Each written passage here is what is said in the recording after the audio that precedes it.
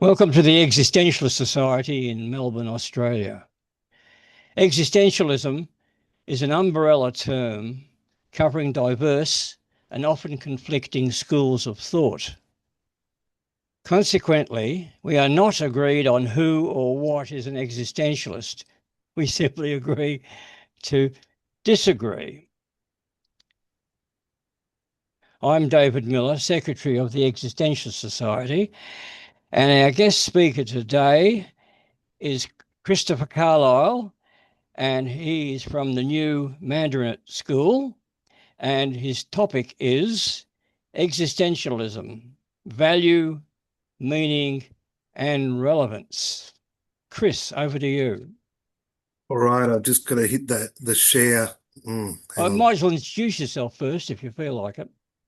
Yeah, let me just sort out the share thing, and then I'll do that.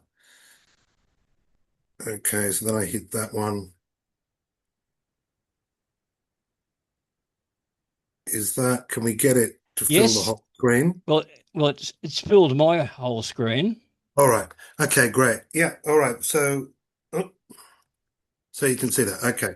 So thanks for attending this lecture. I call it Existentialism, Value, Meaning, and Relevance. My name's Christopher Carlisle, and I've set up a public education service in the humanities and social sciences. It's called the New Mandarin at School. So this is just the title slide on the right there. You can see the website, cmc3industries.com. And I just want to shrink the, obviously I've got some images of you, David, and the video of Clive and Mark. Could I just shrink that so it's smaller?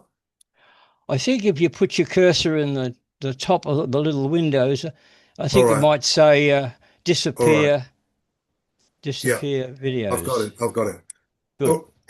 All right. So yeah, and I'm also on YouTube and Facebook. It's called New Mandarin at School, and on LinkedIn and Substack under Christopher Carlisle. But yeah, let's begin. Let's begin. Oh, just with a reminder that on the website we also sell digital lecture booklets for download, and there's 6 on there at the moment, and we're offering a discount, 25% off for the booklets down from 24 to 18. And this is the 5th lecture in the NMS series, but the 6th overall. And this is Existentialism, as you see, Value, Meaning, and Relevance there. Okay, so go to the website, but we'll return to that later on. And this is number 5 in our 10-part Mandarinization course or lecture series. Yeah, so we've done 4 before that in the series. Okay, so what do I bring to the table, firstly, from an academic perspective? I just like to break it down into 4 different areas. One is at the top there, sociology, social science, or social ontology. That's the study of human society and social groups with a focus on structures and the individual and the mediation between them. And social ontology is a very important subject within that because that studies the nature and structure of our social being and our social relations. And sociology also has a claim to interdisciplinarity because some regard it as the queen or the mother of the social sciences, enabling us to move between different disciplines and kind of overseeing them all. Existentialism is another component that I bring to the table, obviously, with this lecture. So we focus on human existence, experience, and the human condition.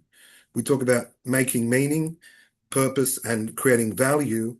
And we also talk about the social implications as social beings of existentialism. And some of the concepts that I like to focus on within existentialism are empathy, authenticity, responsibility, engagement, agency, vitality, and creativity. And then on the left there, you've got Mandarin Studies, History and Theory. That's where we go through history and look at Mandarin moments or dilemmas or problems from history, the different societies and different governmental sort of public servant Mandarins confronted and had to deal with or overcome. And we can call that cratology. That's the study of power relations, because kratos is power in ancient Greece. Or we call it democratology because we're talking about public education. Demos is people, kratos is power, logos is the word or the reason. And we take a dialogical approach that involves discourse ethics. That's a term from Habermas, and dialogue is highly important to the NMS. And we call the overall theory democratological neo-Mandarinization. And the final area is the philosophical discourse of modernity. That's modernity as a philosophical or sociological problem, and the subject of analysis and critique features many social philosophers and sociologists, theorists of modernity from Hegel down to Habermas, and some could refer to it as the master discourse because it analyzes society and modernity in such a thoroughgoing way. But that's just a little bit of a sense of what I bring to the table. So let's get into existentialism. I've got a few different definitions coming up for you. Here's a basic one. Existentialists hold that humans have no pre-given purpose or essence laid out for them by God or by nature. It is up to each one of us to decide who and what we are through our own actions. But that's more the conception of existentialism that it came to be known for in the 20th century, because obviously we have religious existentialists as well, starting with Kierkegaard and so forth. But we'll get to all that. Major themes: existence precedes essence. We are born, and then if we develop an essence, that comes later. That comes from Sartre in the 20th century. The issue of absurdity, the fact that the universe may be indifferent and not even care about human concerns. That's the absurd. Nihilism, loss of values and meaning. That also is a major existentialist theme. The fact that we're condemned to be free in a universe that is indifferent and we must create our own values. That's another core theme. We have radical free choice with regard to what we do. We're not constrained by previous systems, but we work out our own correct path or philosophy in life. And we must make serious decisions. And lack of meaning in life, similar to nihilism and absurdity, and absence of the hand of God. That's just a few from one perspective, what existentialism is all about. Let's have a look at another perspective. It's a philosophical theory or approach that emphasizes the existence of the individual person as a free and responsible agent, determining their own development through acts of will or agency. It's therefore subjective. It's about the human subject more than it is about the objective world. Humans possess free will and stand in an absurd and meaningless world or universe. That's putting it starkly. But every individual is unique and the sole judge, and you are the sole judge of your own actions. Choice and decision-making is vital, and it's inevitable. It's a part of the human condition, and even the refusal to choose is a choice. Freedom of choice entails risk, responsibility, and commitment. And there is what some have called the existentialist imperative: do that which you, as a specific particular individual, affirm as valid for all men. It's your assertion. It's not a Kantian appeal to universal reason or objective standards of conduct. The core of existentialism is this particularity of the individual and their attempt to affirm what is the correct path or the right thing to do in life with regard to their own life. So what is it for and against? See, because in the 19th century, what happened is what came to be seen as the revolt against Hegel. People like Kierkegaard, Soren Kierkegaard, Fyodor Dostoevsky, Kierkegaard's Danish, Dostoevsky, Russian novelist, and Nietzsche, Friedrich Nietzsche, the German philosopher or philologist, came to be grouped later on, maybe they didn't realize it at the time fully, as the revolt against Hegel. And in the 20th century, existentialism is Sartre, Camus, de Beauvoir, and maybe you could throw in Kafka. That's where it comes into respectability and notoriety and popularity, because in the 19th century, it really was not that well known. But so what is it for, pro, and what is it anti? Existentialism is pro the personal, the subjective, the individual, the emotional, the psychological, immediate lived experience or life, and the human condition. It's pro existence and experience, creating your own life projects, creating your self-realization or self-overcoming, as Nietzsche would call it. I think it's pro imagination and creativity, and it's pro willful decision-making and project building.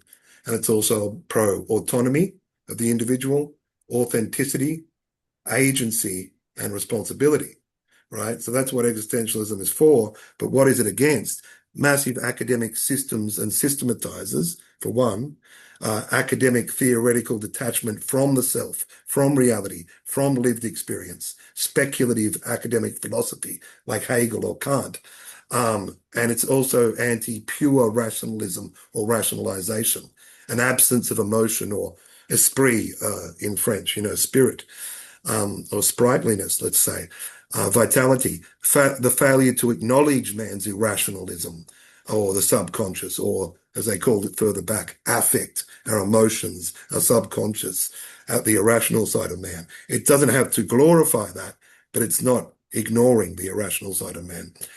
And also, it might be anti-God. It might be anti-external authority on the individual. It might be anti-conformity, or what is called by some the crowd or the herd mentality, or in Heidegger, the they. But we'll get to all that. So there's a little bit of sense of what existentialism is for and against. And the learning point is it's been called part of the 19th century revolt against Hegel, because so pervasive was Hegel's influence and so powerful and all-encompassing his philosophical system that any such revolt may mean you can't just merely dismiss Hegel, but to be an existentialist, you may need a deeper engagement with Hegel in order to define yourself in distinction to him. Okay, that's just one point I wanted to make. So now we're going to have a look at a few philosophy maps to get a sense of it all. So on the left, we have 16th, 17th, 18th, 19th, 20th century. And the 16th, we're seeing the development of modern science. And we move into Locke and philosophers like Hume and Berkeley. Before that, Descartes, Spinoza, and Leibniz. They're coming into modernity when we reach Kant and Hegel. And then Schopenhauer is influenced by Kant, as well as Hinduism and Buddhism, who influences Nietzsche. Kierkegaard's influenced by Christianity, and we see the Nietzsche lead on to the Heidegger, and out of Hegel comes the phenomenology, and Heidegger's doing phenomenology, and existentialism. There's a lot of crossover with phenomenology because Sartre wrote a major work on phenomenology in 1943 after Heidegger wrote his in 1927, Being in Time for Heidegger, Being in Nothingness for Sartre. And so that's just a little bit of a sense of the development. You can see the analytic philosophy developing over here and the relationship Marx and Gramsci and various other things. That's just one philosophy map to give a sense of where existentialism comes in. Here's another one that goes from the bottom to the top. So at the bottom, we're just looking at early modern philosophy like Bacon and Pascal and the rationalism of Descartes and Spinoza and Leibniz and the empiricism of Hobbes, Locke, and Berkeley, leading into the Enlightenment, David Hume, Rousseau, Kant, and Bentham, and then the German idealism of Fichte and Hegel, and then the 19th century philosophy of Nietzsche, Marx, Mill, Kierkegaard, and Schopenhauer, and then that going into the analytic and the continental of the 20th century, like Heidegger, Sartre, and Foucault, and the pragmatism going on in America of Dewey, James, and Peirce. Right, so there's just another sense, another philosophy timeline. And then here's another one with the rationalists in the past and the empiricists and the political philosophy in the 17th century and so forth, stretching into the German idealism, where we see the Hegel, Schelling, Fichte, Kant, Schopenhauer, and then that stretches into the pragmatism, the existentialism of Kierkegaard, Nietzsche, Jaspers, Marcel, Heidegger, Sartre, the connection of that to phenomenology, Husserl, Heidegger, Merleau-Ponty, Sartre's involved, and the analytic philosophy there on the left, and the ordinary language philosophy of Wittgenstein, Austin, and Ryle. Anyway, that's just a little bit of a sense of the maps or the genealogies, the family trees, and how it came about. But here's a collection or a table of existential philosophers. So on the left here, we've got what they call philosophers of freedom. They each have their conception of the notion of freedom they're trying to realize. Kierkegaard, 19th century, Nietzsche, Schopenhauer, Dostoevsky, and Marx. Phenomenologists, Brentano, Husserl, Jaspers, Heidegger, and Scheller, but of course there's crossover. Sartre and Merleau-Ponty could be in there. Existentialists, as it came to be known in the 20th century, Sartre, of course, Merleau-Ponty, Simone de Beauvoir, Marcel, and Camus. And then you've got the influence of the whole movement on post-structuralism, like Foucault, Levinas, Ricoeur, Lacan, and Derrida, the French stuff. And then you've got people who could be called existential humanists, like Martin Buber, Paul Tillich, the religious existentialist, Eric Fromm, I particularly like him. Hannah Arendt is grouped in there as well, because she writes on existentialist themes sometimes. And Abraham Maslow, Maslow's hierarchy. So there's a good little table, talk about different, but there's crossover. It's all part of existentialism. David, as you said at the start, there's no one form of existentialism. It's a huge tradition with many family squabbles and disagreements. But so let's just lay down some valuable definitions here. Epistemology is our relationship to truth or knowledge. It's the theory of knowledge, especially with regards to its methods, its limits, its validity, and its scope, the distinction between justified belief and mere opinion. That's epistemology. Ontology is the relationship to what is real or realness. It's the study of being, branch of philosophy that investigates the nature of existence, the features all entities have in common, how they're divided into basic categories of being. Axiology, that's relationship to what is right or values. Axios means what is valuable in ancient Greek. The study of the nature of value and valuation and of the kinds of things that are valuable or worthy. In ethics, that would be the good, and in aesthetics, that would be beautiful. Aesthetics and ethics are both part of axiology. It's also called the theory of value. Axios, what is valuable. But a methodology is our relationship to what is useful. Methodology is the study of research methods.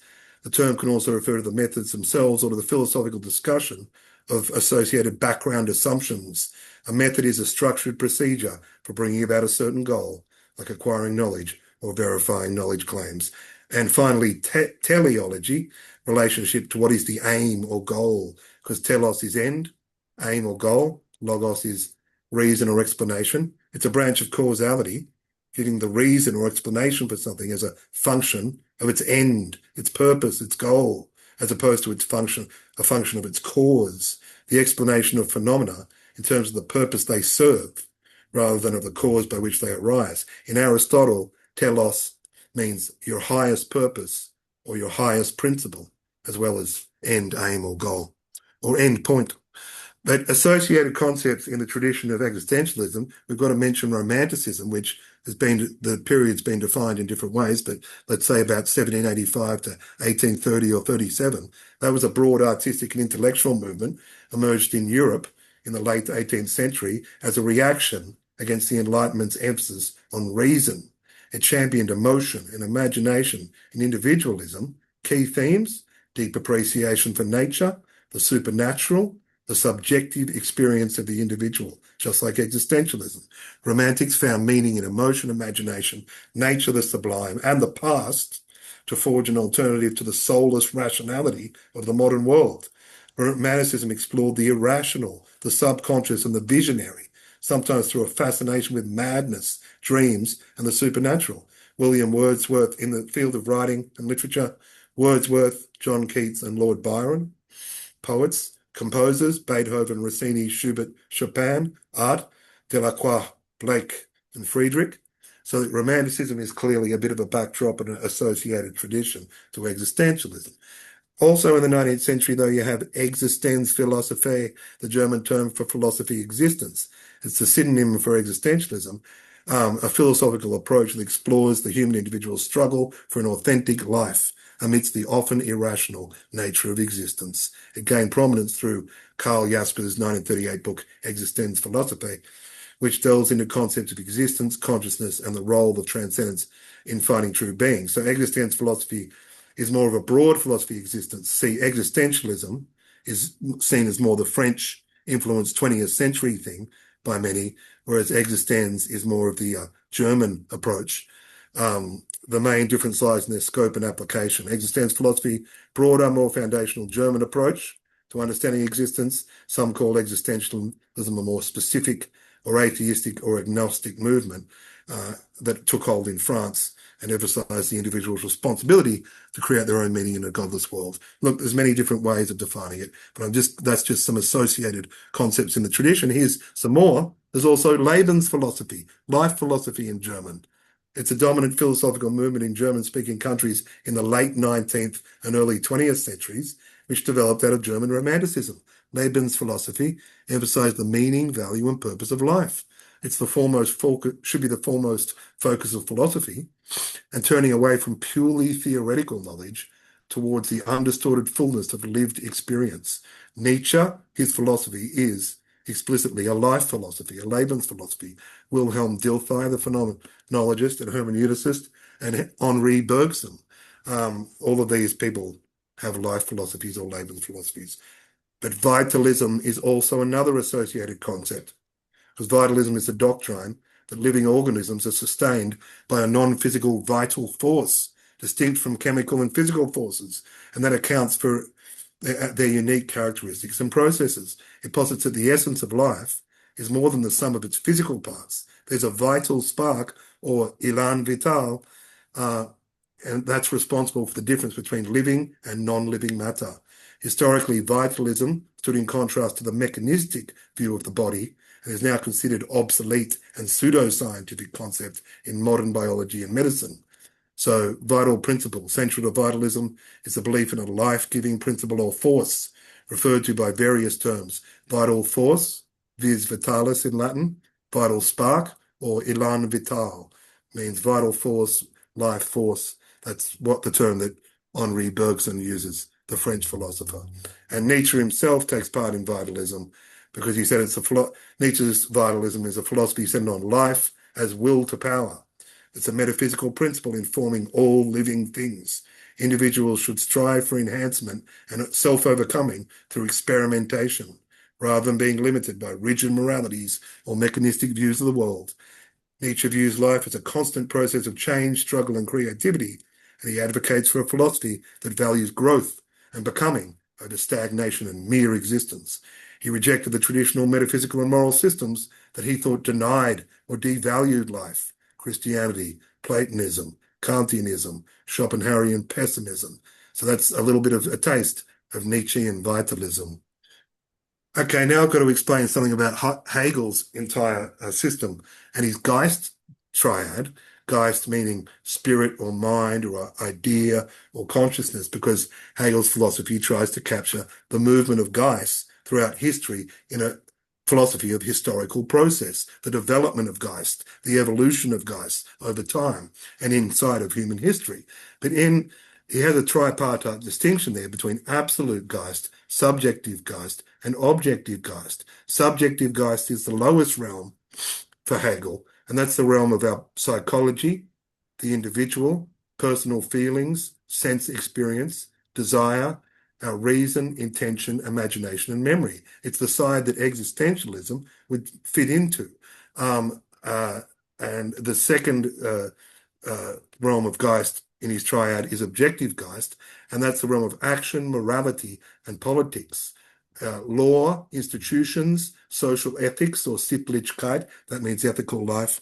And so civil society and the state, the family, that's the first institution, the school, and all the institutions and the law of society, that's objective Geist, in distinction to the more personal realm of subjective Geist. And then finally, absolute Geist is the realm of philosophy, religion, and art.